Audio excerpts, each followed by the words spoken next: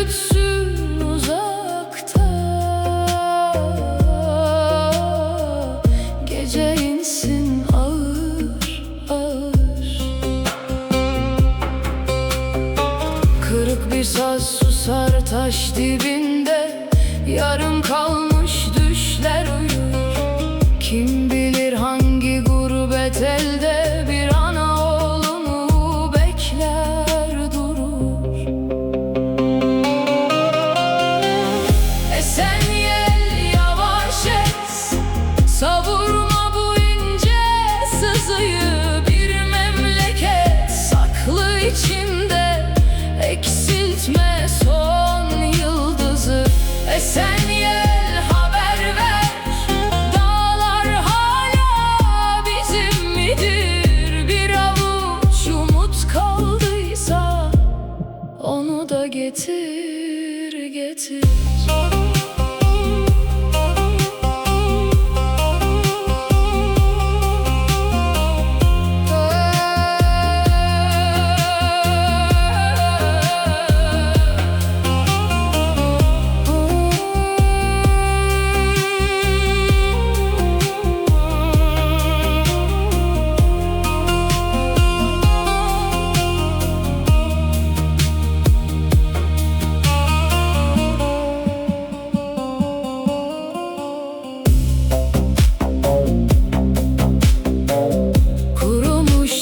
Konuşur geceyle, ay dinler sessizliğini. Toprak bilir insanın derdini, gök saklar gözyaşını.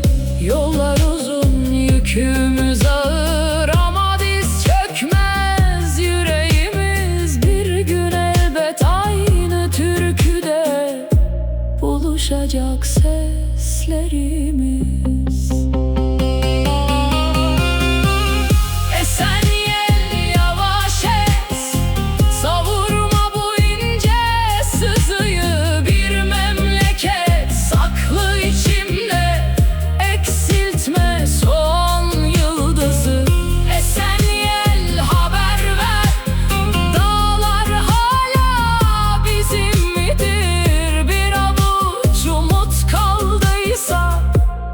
Onu da getir getir.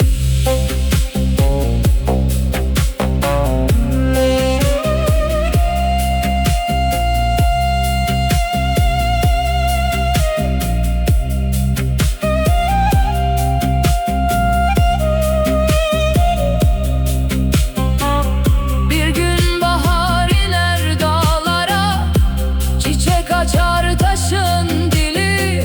Sen eserken anlar herkes özgürlüğün sesi.